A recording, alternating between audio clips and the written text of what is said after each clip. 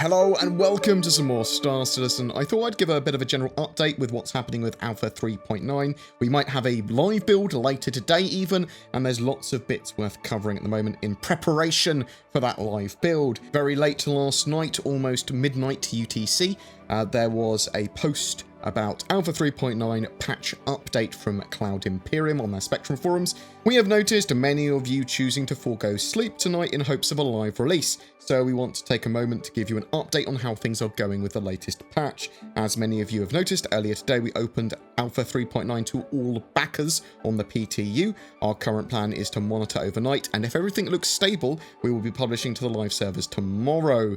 We'll keep you in the loop if anything changes. We are super appreciative of all the excitement surrounding 3.9 and look forward to seeing you soon in New Babbage or Klesher rehabilitation facilities, depending on how you roll.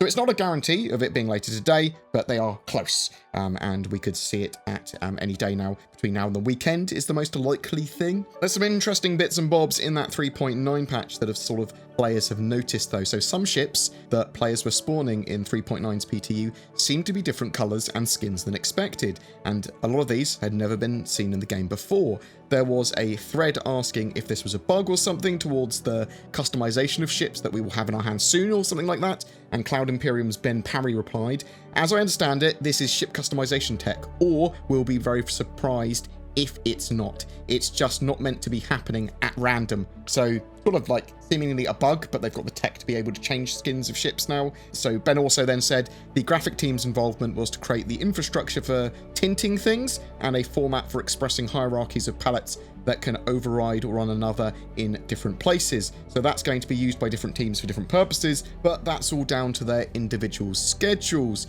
In regards to when sort of like a player-facing user interface will be in our hands to change colours, we just don't know. But it does seem that this tech is in our hands in a bug form, at least very briefly, in 3.9's PTU, and you couldn't sort of like have any control of the colour or the changes or whatever in the PTU. It's just sort of like seemed to be happening at random to some ship spawns.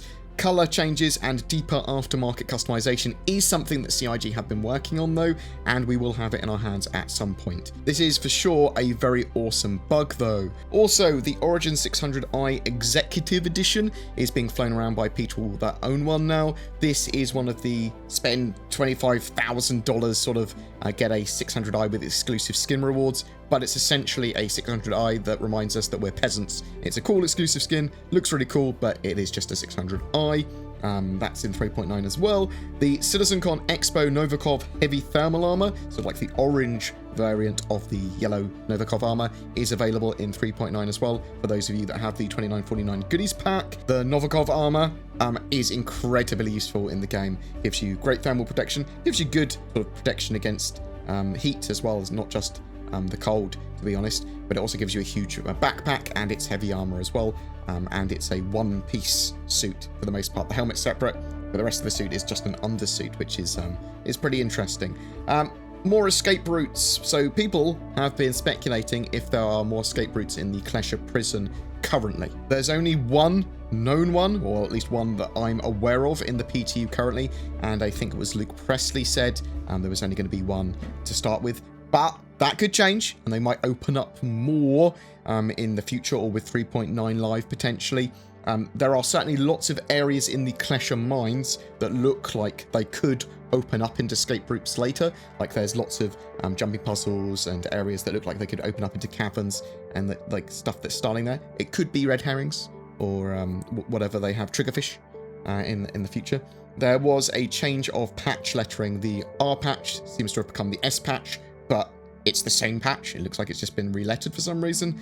We are closing in for a 3.9 release though, and I hope they get the remainder of the most annoying known bugs cleaned out, along with a sort of like stable, playable, no de-syncy live build. I think if they hit all those things, and they have missions that are accessible, they don't have weird random bugs that are like mission breaking, and if they get rid of if they can fix a load of the 30k issues, then I think it's going to be great. I don't want to sort of like be trading and lose $500,000 sort of UEC of cargo just because the server decided to quit on me.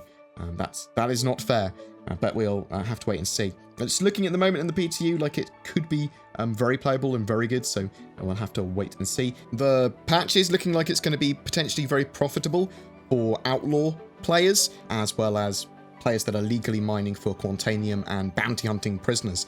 I think it's in a sort of like effort to get some of these gameplay loops more focused on, so they've like increased the amount of money that you can make from outlaw missions in the short term, potentially the long term, because you have the risk reward of going to prison sort of thing and being hunted by people. Really like the idea of it. It'll be interesting to see if a lucrative mining spot or Clash of Prison become the new jump town, basically a player hot zone.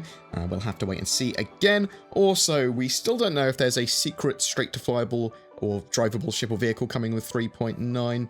There was obviously the 600i Executive Edition for the rich. Some people are saying that that was the Origin teaser, that was about that. But that's just a skin, and whatever, even if it was the teaser, Cloud Imperium have not had a ship sale for something new, concept or otherwise, in 2020 yet. So it's very possible we could see something with 3.9 live, but we'll have to wait and see again. Also, there are already plans for a 3.9.1 patch, which will have the P72 Emerald and assumedly fixes, so they could maybe have a straight to flyable ship there if they don't have one in 3.9.0. I also think we might see a free flight for 3.9 or 3.9.1 live based on how stable the patches are. We'll again have to wait and see. This week, we have an Inside Star Citizen on Thursday that talks about the life of a bug, how you make a difference, so how we make a difference, and it explores the future of in-game comm calls. I'm hoping they've made some improvements there. Sounds a little bit more fillery than I would like. I like sprint reports and some of that stuff. We might see some other bits and bobs in there as well, but I hope to be proved wrong. We also have a Star Citizen live on Friday at 4 PM UTC, looking at gas cloud tech. It's actually something I'm quite interested in. Lots of people talk about it a lot, because gas cloud tech's used in the game for lots of different purposes, in lots of different sort of like utilizations, which are quite different from one another, from Crusader to clouds, but for weather, to the coil and nebula, sort of all lots of different purposes. For those of you that are prepping for 3.9 live, you will have the progress from 3.8.2's build carrying over. At least you should. That's what CIG have said. There are resources to help you prepare, and once you're in-game, these are very useful resources as well. There's Urkel's ship loadout and DPS calculator for working out what's good items or not. Subliminal has made a shield metrics chart for 3.9. Very cool stuff there. For trading, there's galog.co. There's also sctrading.camille. Well, I'll put the links down below. So that should be updated for trading in 3.9. There's starcitizen.tools. That's a fantastic general purpose wiki for all things Star Citizen. And the official Star Citizen support.robertspaceindustries.com has a wealth of extremely useful workarounds, known issues, troubleshooting, and help, which will be updated for when 3.9 goes live. So bear that in mind. Also, things like gameglass.gg, they are constantly adding to their set of tools and shards for useful bits for Star Citizen. They also turn touchscreen devices into diegetic useful controllers to aid you in Star Citizen. I say also, that's their main thing that they do, and the tools are sort of like add-ons to that. I'm interested to know if there are any special tools, apps, and databases used for Star Citizen. Obviously, I occasionally use things like Voice Attack, which I'll probably start using again. I've got a Stream Deck, which I haven't used for ages for streaming or for Star Citizen, which I had loads of buttons set up on previously. But I'm interested to know your controller setups.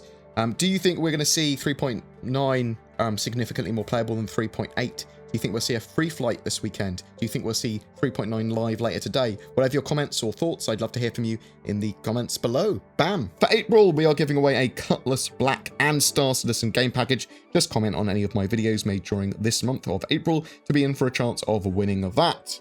I am a shill for a couple of companies, NordVPN and NordPass. If you are looking for a VPN or a password management system, I recommend you check them out. They've got many benefits over free services, and as I'm pretty security conscious, I love those kind of services. Also, there's Shadow. If you are thinking about getting a new gaming rig or upgrading your gaming PC for Star Citizen or whatever, then consider Shadow instead. It is a internet cloud-based subscription service like Stadia, like GeForce Now, but this one gives you access to a full Windows 10 environment which is fully customizable, and that is significantly better in my opinion, allowing you to do a lot more with it. Check out the links below for them or use the code BoredGamer for discount. Also, if you wish to support the channel further, there is Patreon, there's the YouTube join member button down below. That really helps. This is a community supported channel and I wouldn't be able to do what I do without the support that I get. If you want to share these videos, if you want to comment, give feedback, whatever, that is also hugely appreciated. Thanks very much for watching, guys. You take care and I'll see you in the verse.